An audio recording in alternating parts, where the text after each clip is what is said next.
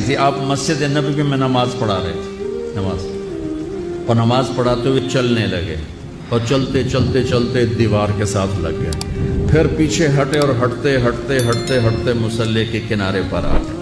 جب آپ نے سلام پھیرا تو پہلی صف کے لوگوں نے تو دیکھا، پچھلوں کو نہیں پتہ چلا، یا رسول اللہ یہ کیا کیا ہے؟ نماز کے اندر آپ نے چلنا شروع کر دیا اور دیوار تک چلے گئے، فرمایا کس؟ آپ نے فرمایا نماز پڑھتے پڑھتے میرے اللہ نے مجھے جنت دکھائی۔